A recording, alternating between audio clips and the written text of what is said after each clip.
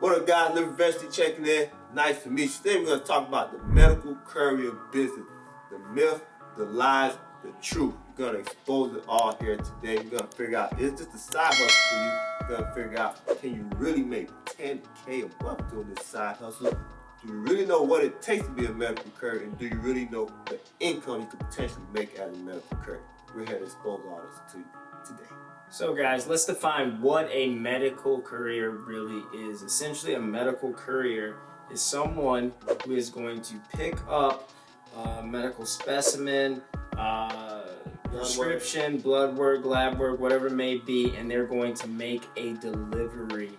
One of the biggest aspects of this is that you may have to be HIPAA certified to do this, or you have to be certified to work with bloodborne pathogens and things of that nature, because you are working with sensitive materials, information, and things of that nature. You could be exposed to various things, and you have to know how to handle yourself in certain situations.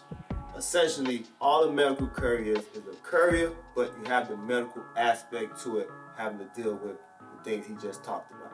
On average, medical couriers make anywhere from $45,000 a year to $55,000 a year. So that's off from the $10K that everyone proclaimed that you could potentially make.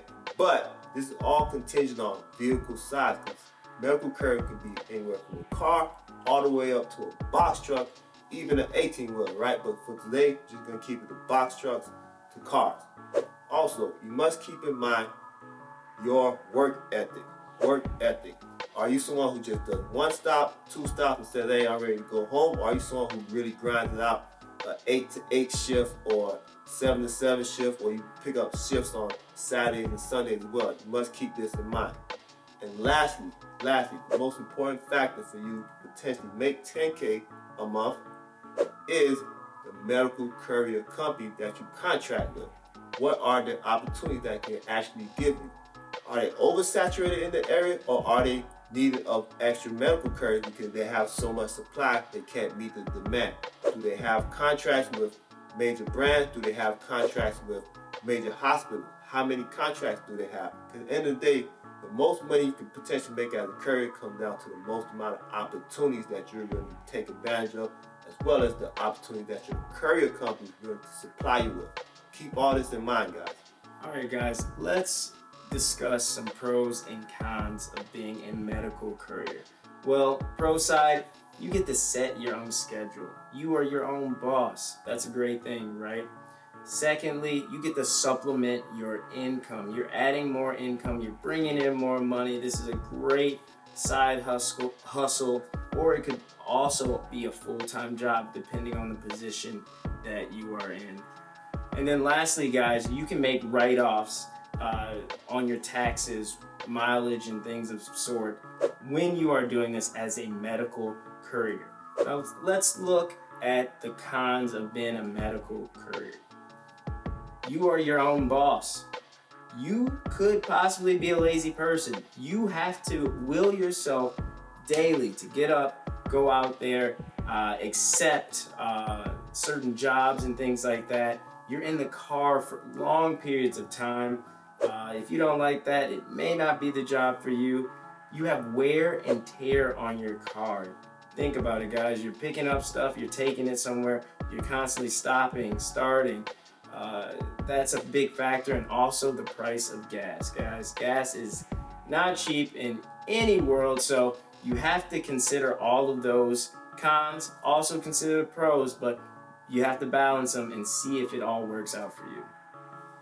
All right, with all that being said, is this the side hustle for you / potential career? Well, that depends. Are you in an area where courier work is in demand? You gotta think about that. You may be living in a metropolitan area where it is in demand, or you may live on the outskirts somewhere where there isn't much courier work to begin with. Also, you must factor in, are you someone who likes driving, or are you willing to drive long periods of time being in the car by yourself? You also must ask yourself, are you currently in debt? This is a very important factor if you want to become a medical courier. Because let's say you only work part-time, just 2 times a week, that's 8 times a month, and you accumulate an extra $1,000.